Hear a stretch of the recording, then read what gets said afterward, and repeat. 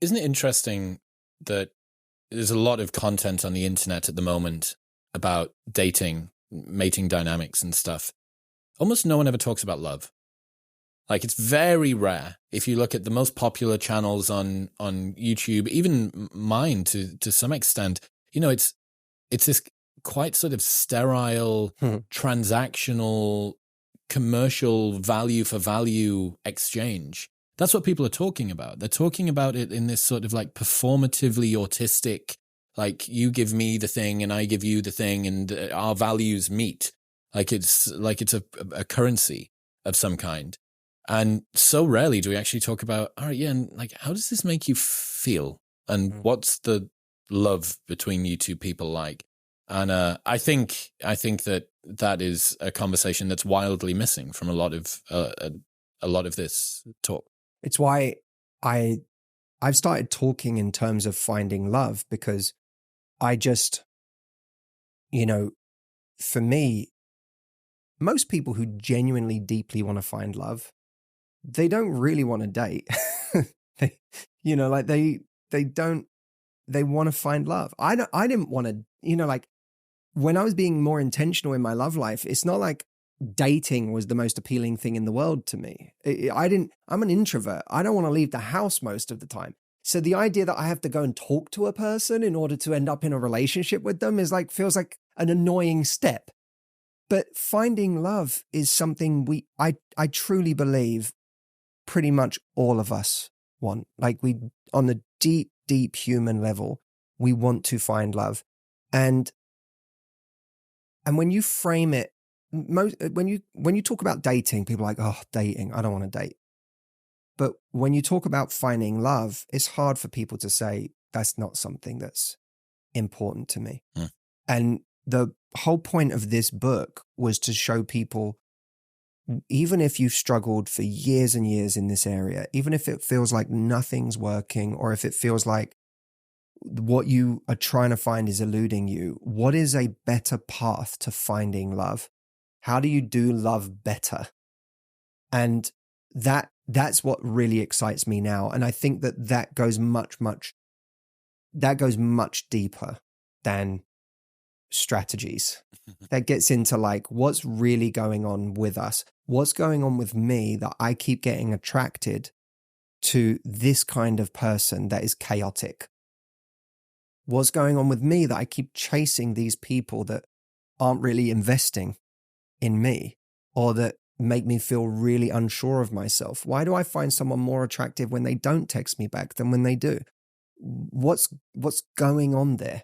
And those have become the fascinating questions for me.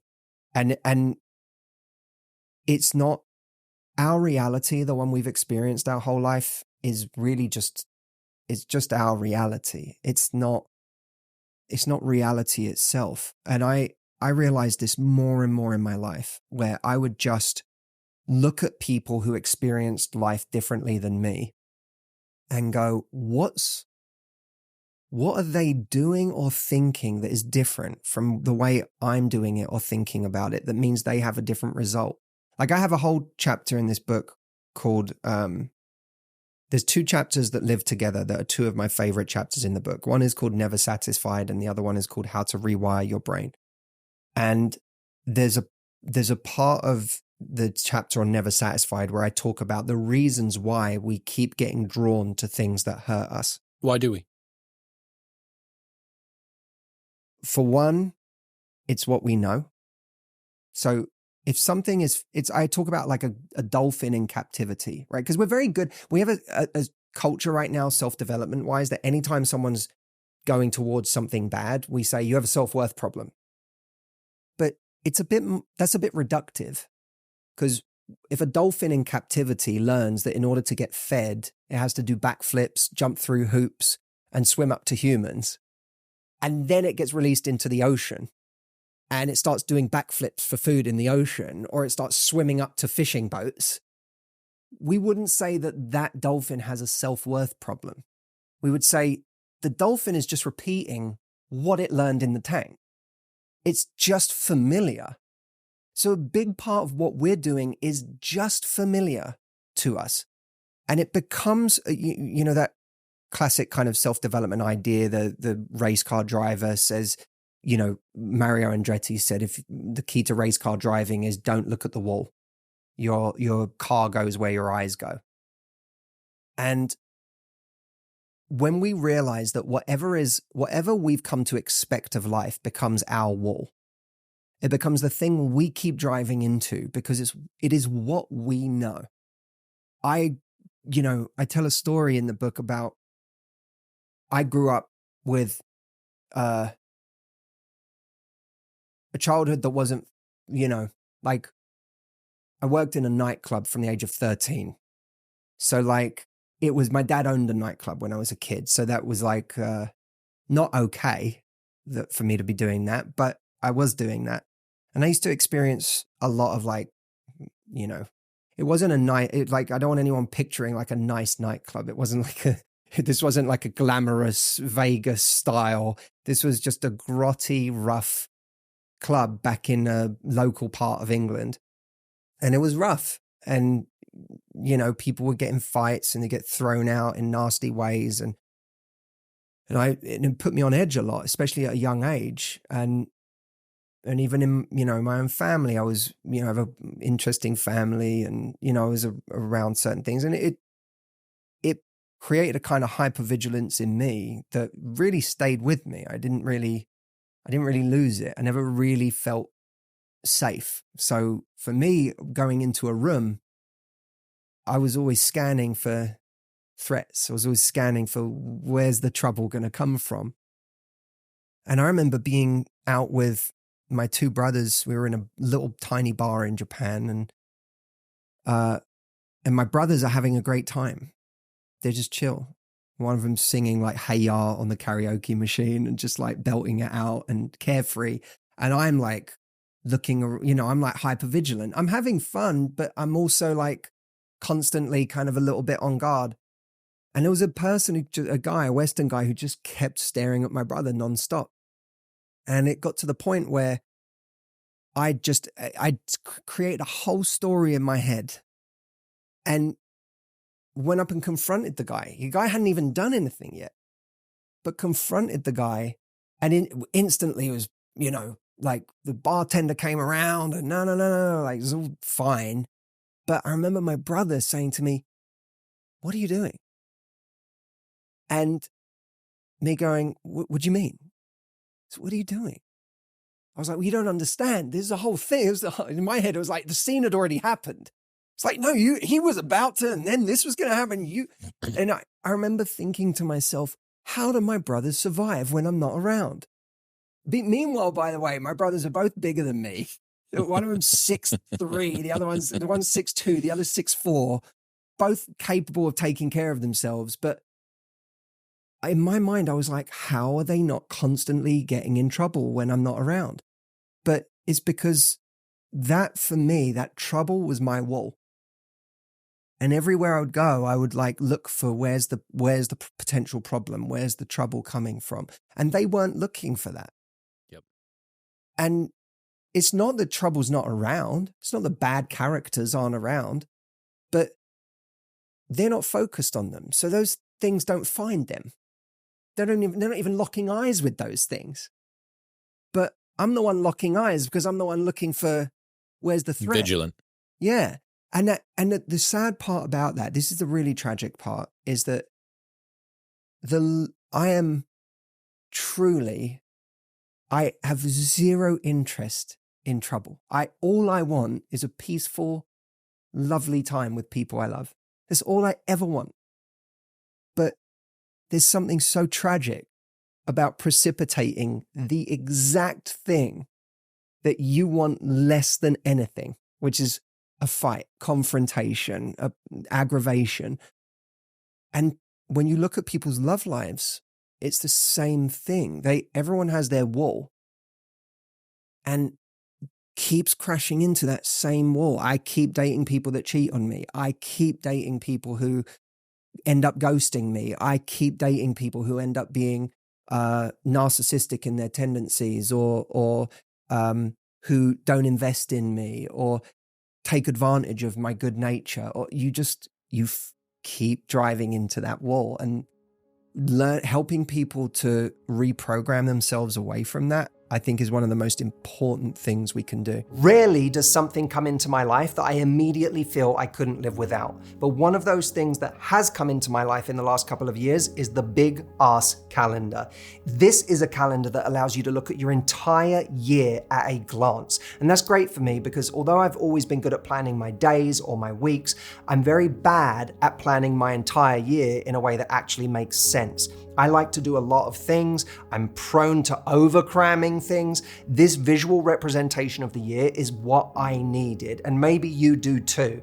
It comes with colored stickies that you can use to plan trips and events. It comes with pens that you can rub out because they're dry erase pens, so if you don't want to set something in stone yet, you don't have to.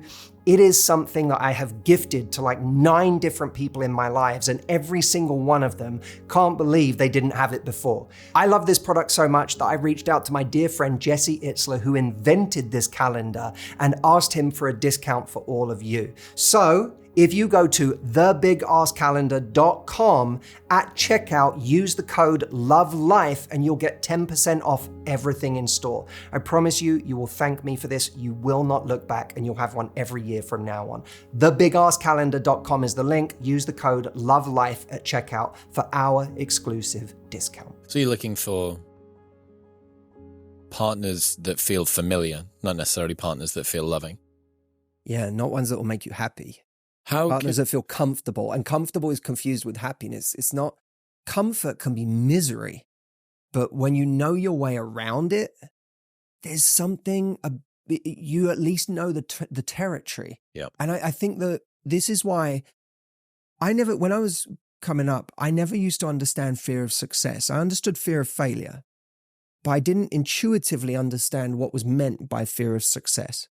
And these days, I'm like, it's all just fear of the unknown. It's all just fear of being somewhere you're not comfortable. It's actually the same thing. I've always had fear of success. I told myself I didn't. Like fear of success isn't something I understand. The truth is, I've always been afraid of success. Anytime I step into a domain that's new to me, where things get a little bigger than I've experienced before, or a little more like, oh God, I immediately get uncomfortable because it's just unexplored terrain. The same way that if you sink too far down, that's unexplored terrain as well. You're like, this isn't me.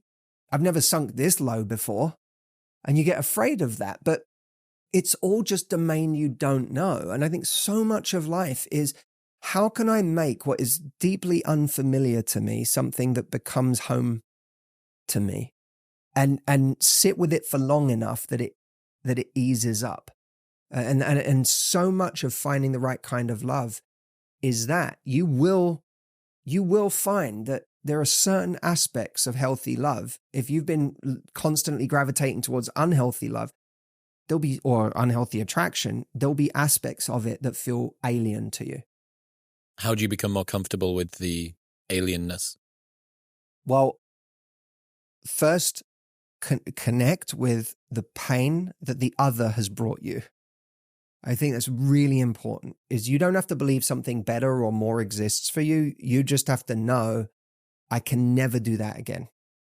And I always encourage people to say to themselves, what was missing the last time you were with someone in an unhealthy dynamic? What was missing that made you miserable? And you might have been white-knuckling it, trying to cling on for dear life, trying to make it work. And telling yourself it was the most important thing in the world and you'd die if you lost it. But when you were in it, what were you missing that also made it hell to be in? And for a lot of people, it's, let's say I never felt safe with this person. Like I constantly was made to feel like I wasn't good enough, that I didn't match up, that this person might be out the door at any minute, or I just constantly felt insecure because they never showed up the way I was showing up. When you connect with how bad that made you feel, hold on to that and take that with you, because you don't need self-belief if you have necessity. If it hurt that, if you don't need, If I put a flame to your hand right now, you wouldn't need self-belief to take your hand away. I can't keep my hand there. It's going to burn. It's the same in love. If in relationships, what has caused you so much pain that you can never be in a situation like that again? That's the starting point. Make change necessary. You don't have to get more confident. Just make it necessary.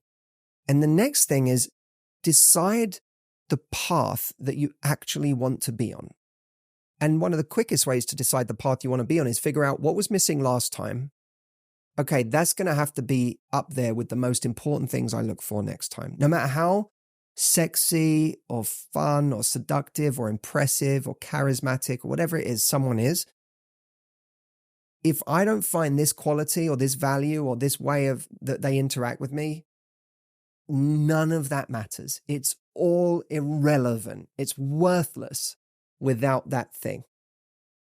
And you stay with that truth, even when it feels uncomfortable. And also, I believe you have to give your nervous system time to adjust. Because it's not, if you take a drug addict and on the day they quit, you ask them to sit and appreciate a sunset, it's going to mean nothing to them. It's going to feel like the most boring thing in the world because it can't compare.